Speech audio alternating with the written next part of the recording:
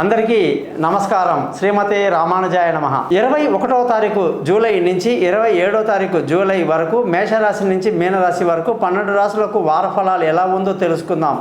ఈ వారఫలాలు ఆదివారం నుంచి శనివారం వరకు, అలాగే ఉత్తరాషాఢ నక్షత్రం నుంచి రేవతి నక్షత్రం వరకు, పూర్ణిమ తిథి నుంచి వచ్చేసి సప్తమి తిథి వరకు అండి. ఎందుకంటే ఇవన్నీ కూడా పెద్ద పెద్ద కార్యక్రమాలు ఉన్న వాళ్ళకి చాలా ఇంపార్టెంట్ కాబట్టి చెప్పడం జరిగింది. ముఖ్యంగా ఈ వారం గ్రహస్థితి కానీ చూసుకుంటే సూర్యుడి యొక్క మార్పు కర్కాటక రాశిలో జరుగుతూ ఉందన్నమాట.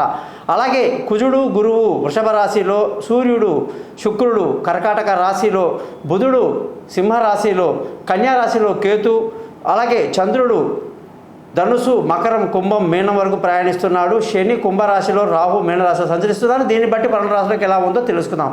మీరందరూ కూడా ఎంతో ప్రేమగా ఆదరిస్తూ నన్ను ఇంత హెల్ప్ చేస్తున్నారు. నేను మీ జాతకాలని చాలా అద్భుతంగా చెప్తాను. మీ date of birth, time of birth, place of birth నాకు ఈ నెంబర్కి వాట్సాప్ చేయండి.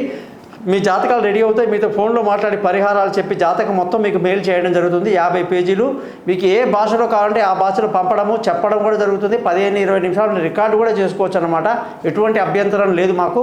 ముఖ్యంగా డేట్ ఆఫ్ బర్త్ లేని వాళ్ళ పరిస్థితి ఏంటంటే ముఖం కనిపించిన ఒక ఫోటో, మగవాళ్ళు కుడి చేతి ఫోటోలు, ఆడవాళ్ళు ఎడమ చేతి రేఖలు ఫోటో పంపిస్తే చాలు, జాతకం మొత్తం రెడీ అవుతుంది. మీతో ఫోన్లో మాట్లాడి చక్కటి సింపుల్గా పరిహారాలు చెప్పి మీరు ఏవో పరిగెత్తుకుని ఆ కొండ ఎక్కండి, ఏ కొండ దిగండి, ఆ గుడికి పరిగెత్తండి, ఈ గుడికి పరిగెత్తండి, అలాంటివి ఏమి ఉండవండి. క్లియర్గా సైంటిఫిక్గా మీకు అర్థమయ్యే భాషలో చెప్తాను.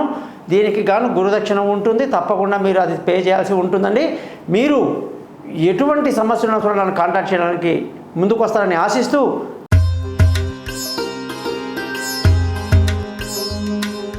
కర్కాటక రాశి వాళ్ళకి 21వ తారీఖు జూలై నుంచి 27వ తారీఖు జూలై వరకు ఈ వారంలో కర్కాటక రాశికి అధిపతి చంద్రుడు ధనుసు రాశిలో ప్రయాణం చేస్తూ అలాగా 6వ ఇల్లు, 7వ ఇల్లు, 8వ ఇల్లు ఇలా ఈ లోపలికి ఏమవుతుందంటే షష్టాధిపతి అష్టమాధిపతిలో ఉంటున్నాడు కాబట్టి కొంచెం చికాకులు ఇబ్బందులు ఉంటాయి. కాబట్టి వాటిని అధిగమించడానికి మీరు శివనామస్మరణ చేసుకోవడం మంచిది.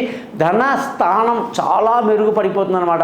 గతంలో ఉన్న డబ్బు సమస్యలన్నీ తీరిపోయి ఆర్థికంగా బాగుండి పిల్లల చదువు విషయంలో కాన్సన్ట్రేట్ చేయటం, ఇంట్లో కాస్త ప్రశాంతతతో ఉండటం, అలాగే బంధువుల స్నేహితుల సహాయ సహకారాలు ఏమాత్రం లేనప్పటికీ ధైర్యంగా ముందుకు దూసుకువెళ్ళటం, విలువైన వస్తువులు, భూములు, ఇల్లు, వాహనాలు ఇతరత్ర కొనడానికి ఎంతో అనుకూలమైన సమయం. తల్లి ఆశీస్సులు బాగుంటుంది.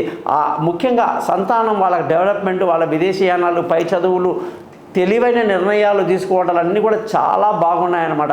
అలాగే మీరు ఆరోగ్యపరమైన విషయాలు కానీ చూసుకుంటే ఆరోగ్యం అనేది మీ జాతకంలో చక్కగా ఉంటుంది. ఎటువంటి ఇబ్బంది లేదు. ముఖ్యంగా శత్రువుల మీద ఒక కన్నేసి ఉంచడం ఎంతైనా మంచిది. భార్య భర్తల మధ్య చీటికి మాటికి చిన్న చిన్న గొడవలు, ఇబ్బందులు ఉండే అవకాశాలు లేకపోలేదు. కానీ వాటిని అధిగమించండి. పెళ్ళి కానీ వాళ్ళు ఇంకా కొన్ని రోజులు ఆగండి, మీకే మేలు జరుగుతుంది.